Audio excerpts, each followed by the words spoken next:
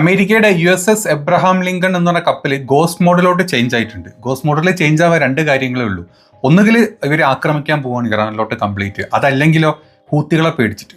അതായത് പണ്ട് കഴിഞ്ഞ വർഷം തന്നെ ഈ ചെങ്കടലിൽ അമേരിക്കയുടെ കപ്പലുകൾ ഹൂത്തികൾ മുക്കിയിട്ടുള്ള വീഡിയോയും അതിൻ്റെ ഡീറ്റെയിൽസ് നമ്മൾ കണ്ടിട്ടുണ്ട്. അന്ന് മുതൽ അമേരിക്കക്ക് ഹൂത്തികളെ നല്ല പേടിയുണ്ട് എന്തൊക്കെ പറഞ്ഞു കഴിഞ്ഞാലും. അപ്പം ഈ സ്ഥലത്ത് വന്ന് അല്ലെങ്കിൽ അർമഡ പോലത്തെ ഒരു കപ്പൽ വ്യൂഹത്തിൽ ഏതെങ്കിലും ഒരു കപ്പൽ ഹൂത്തികൾ മുക്കിക്കഴിഞ്ഞാൽ തന്നെ അത് ട്രംപിന്റെ മുഖത്തടിച്ച പോലെ. അതുകൊണ്ട് കംപ്ലീറ്റ് ഗോസ്റ്റ് മോഡിലോട്ട് ഇന്നലെ മുതൽ കപ്പൽ മാറിയിട്ടുണ്ട്. അതായത് അന്ധകാരത്തിലോട്ട് തന്നെ വേണേൽ പറയാം.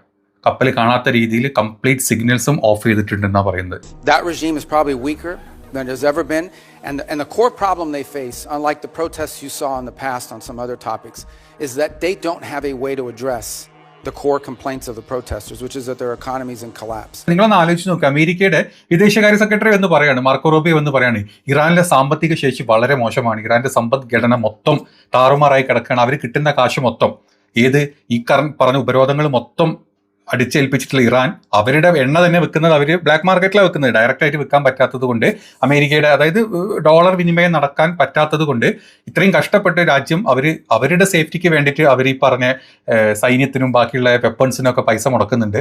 അപ്പോൾ അതുകൊണ്ട് അത് അങ്ങനെ മുടക്കി കഴിഞ്ഞാൽ ശരിയാവില്ല, അവിടെ ജനങ്ങൾക്ക് ആ പൈസ കിട്ടണം. അതുകൊണ്ട് ഞങ്ങൾ കയറി ആക്രമിക്കാൻ പോകുന്നത്. നാളെ ഇന്ത്യയിൽ പ്രധാനമന്ത്രി മോദിജി ഭരിച്ച് കുളമായ ഒരു അവസ്ഥ വരുന്ന സമയത്ത് അമേരിക്ക വന്ന് പറയാണ് മോദിയുടെ ഭരണം വളരെ മോശമാകുന്നുണ്ട്, ജനങ്ങൾക്ക് വേണ്ട കാശൊന്നും കിട്ടുന്നില്ല എന്നും പറഞ്ഞിട്ട് അമേരിക്ക വന്ന് ഇവിടെ കണ്ടിട്ട് തകർക്കുക, എന്നിട്ട് അമേരിക്ക ഭരണം പിടിക്കുക. എന്തായിരിക്കും അവസ്ഥ? ഇത്രയും എന്താ പറയുക, ലോകക്രമങ്ങളിൽ ഒരു ബോധമില്ലാതെ തോന്നുന്ന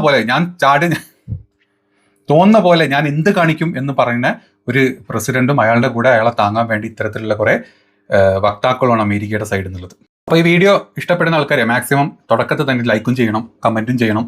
സബ് ചെയ്യാത്തവർ അതും ചെയ്യുക. നമുക്ക് നേരെ വീഡിയോയിലോട്ട് പോകും. ഇന്ന് ഈ പറഞ്ഞ എന്നെ പലരും വിളിക്കുന്നുണ്ട് കേട്ടോ, കുറേ പേര് വിളിക്കുന്നുണ്ട്, സംസാരിക്കുന്നുണ്ട് ഇങ്ങനത്തെ ന്യൂസുകൾ ചെയ്യണമെന്നും പറഞ്ഞിട്ട്. അപ്പം ഇന്നത്തെ ഒരു അപ്ഡേറ്റ് എന്ന് പറഞ്ഞാൽ ഇതുവരെയുള്ള നമുക്ക് കിട്ടുന്ന അപ്ഡേറ്റുകൾ, പല സോഴ്സിൽ നിന്നും കിട്ടുന്ന അപ്ഡേറ്റുകൾ ഇന്റർനാഷണൽ ന്യൂസും കാര്യങ്ങളൊക്കെ തന്നെ കേട്ടോ. കംപ്ലീറ്റ്ലി എന്താ പറയുക, ഈ അമേരിക്കൻ ന്യൂസുകളല്ലാത്ത അവിടുത്തെ പല ആളുകൾ ചെയ്യുന്ന മറ്റ് ന്യൂസുകളൊക്കെ നമുക്ക് സെർച്ച് ചെയ്താൽ കിട്ടും. അങ്ങനെ കിട്ടുന്ന ന്യൂസ് അനുസരിച്ചിട്ടുള്ള കുറച്ച് കാര്യങ്ങൾ പറഞ്ഞുതരാം. ഇപ്പം അതായത് ഇന്ന് ട്രൂത്ത് സോഷ്യലിൽ അമേരിക്കയുടെ പ്രസിഡന്റ് വന്നിട്ട് വലിയ ഒന്ന് രണ്ട് എന്താ പറയുക കമന്റുകൾ ഇട്ടിട്ടുണ്ട്. ഇനി വാർണിങ്ങും കാര്യങ്ങളൊന്നുമില്ല, ഇനി ഞങ്ങൾ കയറി അടിക്കാൻ പോവാണ്, ഇത്രയും പെട്ടെന്ന് ഞങ്ങളുടെ മുമ്പിൽ വന്ന് മുട്ടുമടക്കി നിൽക്കുക, അതുപോലെ ഞങ്ങൾ പറയുന്ന കരാറിലോട്ട് അങ്ങനെ സൈൻ ചെയ്തോളാനാണ് ഇറാനോട് പറഞ്ഞത്. അതിന് തക്കതായിട്ടുള്ള മറുപടി ഇറാന്റെ സൈഡിൽ നിന്ന് വന്നിട്ടുണ്ട്. ആ മറുപടിയാണ് ഇത്. അതിന്റെ ട്രാൻസ്ലേഷനാണ് ഞങ്ങൾക്ക് ഏൽപ്പിച്ചിരുന്നത് കേട്ടോ. There has been no contact between myself and Mr. Witkoff in the past few days, and we have not made any request for negotiations. Of course, various intermediaries are reaching out. Different countries are trying in good faith to play a role, and we are in contact with them, of course. But so far, no decision has been made, and there has been no request. ഇറാന്റെ വിദേശകാര്യമന്ത്രിയാണ്. പുള്ളി പറഞ്ഞത് വളരെ വ്യക്തമാണ്. അതായത് പുള്ളി പറഞ്ഞത്, നിങ്ങൾ പേടിപ്പിച്ചിട്ട് ഞങ്ങളെ എവിടെയും സൈൻ ചെയ്യിപ്പിക്കാൻ പറ്റില്ല. നിങ്ങൾ അർമഡ കാണിച്ച് പേടിപ്പിച്ചിട്ടും അല്ലെങ്കിൽ നിങ്ങളുടെ സൈന്യത്തിനെ കാണിച്ചിട്ട് ഞങ്ങളെ കൊണ്ട് സൈൻ ചെയ്യിപ്പിക്കാൻ നിങ്ങൾക്ക് പറ്റില്ല.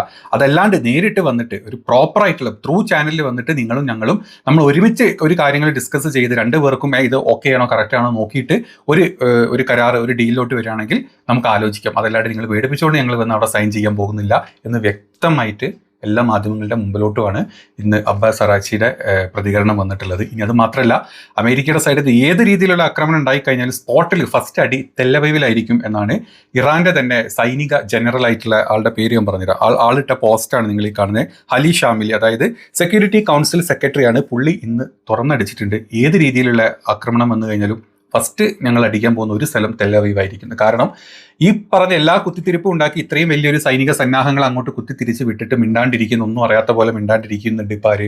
നെതന്യാഹു മിണ്ടാണ്ടിരിക്കാൻ പല കാരണങ്ങളുണ്ട്. അതായത് ഒറ്റക്ക് ഒരു രീതിയിലും ഇസ്രായേലിന് ഇറാൻ അടിക്കാൻ പറ്റില്ല.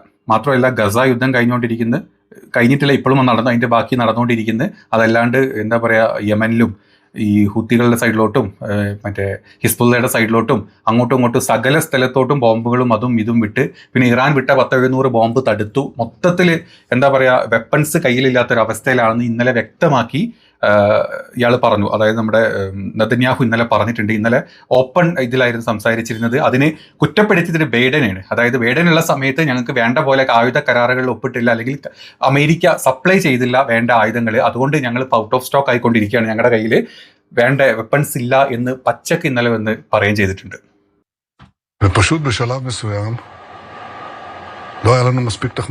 ഹീബ്രു ഭാഷയിലാണ് ഈ പുള്ളി സംസാരിച്ചിട്ടുള്ളത് ഇസ്രായേലിൽ. അപ്പം പുള്ളിയുടെ സൈഡിൽ നിന്നുള്ള ആ ഒരു അവസ്ഥയാണ് ഇപ്പം പറഞ്ഞുകൊണ്ടിരിക്കുന്നത്. നമ്മൾ വിചാരിച്ച പോലെ ഒന്നും അല്ല കാര്യങ്ങൾ.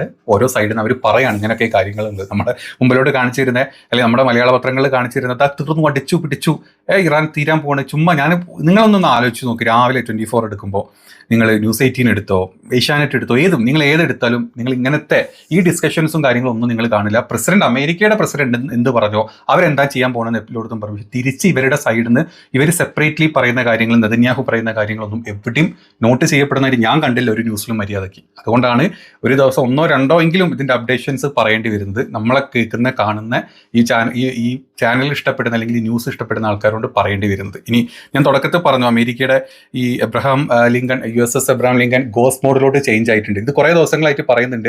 അവരെ ട്രാക്ക് ചെയ്യാൻ പറ്റുന്നില്ല, അവർ വരുന്നതും പോകുന്നതും ചെയ്യാൻ പറ്റുന്നില്ല. പക്ഷേ കുറേ ആൾക്കാർ ട്രാക്ക് ചെയ്ത് എന്നും പറഞ്ഞിട്ടുണ്ട്. പക്ഷേ ഇന്നലെ വന്നൊരു ന്യൂസ് വന്നിട്ട് കംപ്ലീറ്റ് ഗോസ്റ്റ് മോഡിലോട്ട് ചേഞ്ച് ചെയ്തു എന്നാണ് പറഞ്ഞിട്ടുള്ളത്. അതിൻ്റെ ന്യൂസ് ഇങ്ങനെ ആയിരുന്നു. ഇതൊക്കെ ഞാൻ ട്രാൻസ്ലേറ്റ് ചെയ്യുന്ന കേട്ടോ മലയാളത്തിലോട്ട്. അമേരിക്കയുടെ ആണവ വിമാന വാഹിനി കപ്പലായിട്ടുള്ള USS എബ്രഹാം ലിങ്കൺ അതിൻ്റെ ലൊക്കേഷൻ വിവരങ്ങൾ പുറത്തുവിടുന്ന സിഗ്നലുകൾ, അതായത് AIS എന്ന് പറയും, ഓഫ് ചെയ്ത് അത് കംപ്ലീറ്റ് ഗോസ്റ്റ് മോഡിലോട്ട് പ്രവേശിച്ചിട്ടുണ്ട്. ഇറാൻ്റെ മിസൈലുകൾക്ക് കപ്പലിനെ കൃത്യമായിട്ട് സ്ഥാനം കണ്ടുപിടിക്കാൻ പറ്റാണ്ടിരിക്കാൻ, അത് തടയാൻ വേണ്ടിയിട്ടാണ് ഇത്തരത്തിലുള്ള ഒരു നീക്കം അവർ ചെയ്തിട്ടുള്ളത്. ഇനി പസഫിക് സ്പ്രിന്റ് എന്ന് പറയും, അതായത് ദക്ഷിണ ചൈന കടലിലായിരുന്നു ഈ കപ്പൽപ്പട കംപ്ലീറ്റ് ഉണ്ടായിരുന്നു. അവിടെ നിന്ന് അടിയന്തരമായിട്ട് മിഡിൽ ഈസ്റ്റേണിലോട്ട് മാറാൻ വേണ്ടിയിട്ട് പെൻറ്റഗണിൻ്റെ സൈഡിൽ നിന്ന് ഉത്തരവ് വന്നു എന്നും പറഞ്ഞിട്ടുള്ള ചില ന്യൂസുകൾ വരുന്നുണ്ട്. പസഫിക്കിൽ നിന്നും ഇന്ത്യൻ സമുദ്രത്തിലേക്ക് വളരെ വേഗത്തിലാണ് കപ്പൽ ഇപ്പം ഓടിക്കൊണ്ടിരിക്കുന്നത് എന്നുള്ള ചില ന്യൂസുകൾ വരുന്നുണ്ട്. പിന്നെ അത് മാത്രമല്ല, ഈ കപ്പലിൻ്റെ എല്ലാവർക്കും അറിയാം, പല ന്യൂസിലും കേട്ടിട്ടുണ്ട്, ഏകദേശം 90ഓളം ഫൈറ്റർ ജെറ്റുകൾ നിർത്തിയിട്ട് അവിടുന്ന് ഫ്ലൈ ചെയ്യാൻ പറ്റുന്ന അവസ്ഥയിലും അതുപോലെ 5000ഓളം സൈനികരും ഈ കപ്പലിൽ ഈ സമയത്ത് ഉണ്ട് എന്നാണ് പറയപ്പെടുന്നത്. അത്യാധുനിക വിമാനങ്ങളായിട്ടുള്ള F-35 പോലത്തെ വിമാനങ്ങളാണ് ഏറ്റവും കൂടുതൽ ഈ കപ്പലിൽ അവർ സജ്ജീകരിച്ച് വെച്ചിട്ടുള്ളത്. ഇതേ സമയത്ത് തന്നെ മുമ്പ് റെഡ് സീയിൽ ഹൂത്തികൾ ഇവരുടെ പല കപ്പലുകൾ, അമേരിക്കയുടെ കപ്പലുകളെ മുക്കിയതും അല്ലെങ്കിൽ അമേരിക്കയുടെ ആ കംപ്ലീറ്റ് സേനനെ തന്നെ വിറപ്പിച്ച അത് കഴിഞ്ഞ വർഷം നടന്ന സമയത്ത് ഉണ്ടായിട്ടുണ്ട്. അപ്പോൾ ആ ഒരു പേടി ഉള്ളത് കൊണ്ട് ഹൂത്തികൾ ഒരു മുന്നറിയിപ്പില്ലാണ്ട് ആക്രമിച്ചാൽ ഞങ്ങൾക്കത് മോശമാണെന്നുള്ളത് അമേരിക്ക അറിയുന്നത് കൊണ്ടും കൂടെ തന്നെയാണ് ഈ ഒരു ഗോസ്റ്റ് മോഡിലേക്ക് ഈ കപ്പൽ ചേഞ്ച് ആയിട്ടുള്ളത്. ഇനി ഇതേ സമയത്ത് ഇന്നലെ ചൈനീസ് പാർലമെന്റിൽ ഒരു സംസാരം നടന്നിട്ടുണ്ട്. അതായത് ഓപ്പണായിട്ട് ചൈന പലപ്പോഴും പല പ്രസ്താവനകൾ പറഞ്ഞിട്ടുണ്ടെങ്കിലും ഓപ്പണായിട്ട് വന്നിട്ട് ഇന്നലെ ചൈനീസ് പാർലമെന്റിൽ അവർ പറഞ്ഞിട്ടുണ്ട്, ഒരു രീതിയിൽ യുദ്ധത്തിലോട്ട് പോകരുത്, നയതന്ത്രപരമായിട്ട് നിങ്ങൾ ഇതിനെ പരിഹരിക്കണം, യുദ്ധത്തിലോട്ട് പോയി കഴിഞ്ഞാൽ അതെല്ലാവർക്കും അത് ഭയങ്കര ബുദ്ധിമുട്ടായിരിക്കും എന്നുള്ള രീതിയിലുള്ള ഒരു പ്രസ്താവനയാണ് ചൈനീസ് വക്താവ് ഇന്നലെ പറഞ്ഞിട്ടുള്ളത്. Military force cannot solve problems. Any military adventurism will only push the region into an unpredictable abyss. We call on all parties to uphold the purposes and principles of the United Nations Charter, oppose interference in other countries' internal affairs, and oppose the use or threat of force in international relations. The Chinese side hopes the US and other relevant parties will heed the calls of the international community and regional countries. ഇത്രയും കാര്യങ്ങളാണുള്ളത്. ട്രംപിന്റെ last warning എന്ന് പറഞ്ഞാൽ വളരെ സിമ്പിളാണ്. ഇത്രയും പെട്ടെന്ന് നിങ്ങൾ ചർച്ച ഒന്നും വേണ്ട, ഞാൻ പറയുന്ന കരാറിലോട്ട് നിങ്ങൾ വന്ന് അങ്ങ് ഒപ്പിട്ടുള്ളൂ.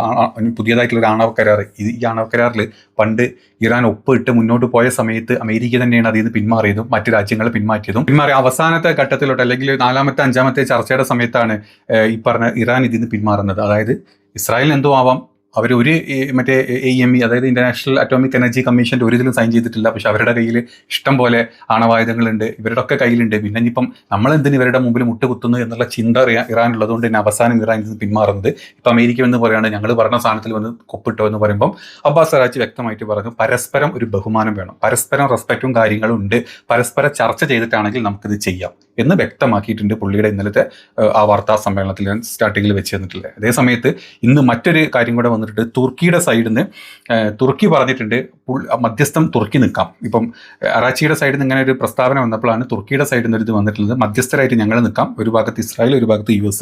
ഇതിന് രണ്ടുപേരുടെയും മധ്യസ്ഥതയിൽ ഞങ്ങൾ ഇന്നൊരു വെർച്വൽ മീറ്റിംഗ് ചെയ്യാം ആദ്യം, അങ്ങനെ പരസ്പരം സംസാരിച്ചിട്ട് ഇത് ഒത്തുതീർപ്പാക്കാൻ പറ്റുമോ നോക്കാം എന്ന് പറഞ്ഞിട്ടുണ്ട്. അതിന് അമേരിക്ക ഓക്കെയാണ് എന്നുള്ള ചില ന്യൂസ് അഭ്യൂഹങ്ങളൊക്കെ വരുന്നുണ്ട്. അതിന് ഇറാന്റെ സൈഡിൽ നിന്ന് എത്രത്തോളം സപ്പോർട്ട് അല്ലെങ്കിൽ ഓക്കെ പറഞ്ഞിട്ടുണ്ട് ഇറാൻ എന്നുള്ളതിനെ പറ്റിയുള്ള ഒരു ഐഡിയയും ഒരു ന്യൂസ് ഞാൻ എവിടെയും കണ്ടിട്ടില്ല. ഏതാണെങ്കിലും ഇതൊക്കെയാണ് ഇപ്പോഴത്തെ ഒരു ഡിസ്കഷൻ പോയിന്റുകൾ അല്ലെങ്കിൽ നടന്നുകൊണ്ടിരിക്കുന്നതായിട്ട് നമ്മൾ അറിയുന്നത്. ഇതല്ലാത്ത വലുതും ഒക്കെ ഉണ്ടാവാൻ്റെ രീതിയിലൊക്കെ ഉണ്ടാവും. കറക്റ്റാണ്. അപ്പം വീഡിയോ ഓക്കെയാണ്, ഇഷ്ടപ്പെട്ടെങ്കിൽ ഞാൻ പറഞ്ഞ പോലെ ലൈക്കും ഷെയറും കമൻറ്റും ഒക്കെ ചെയ്യാം. പുതിയ എന്തെങ്കിലും അപ്ഡേറ്റ് കിട്ടുകയാണെങ്കിൽ തീർച്ചയായിട്ടും നമ്മൾ വീഡിയോ ചെയ്യുന്നതായിരിക്കും.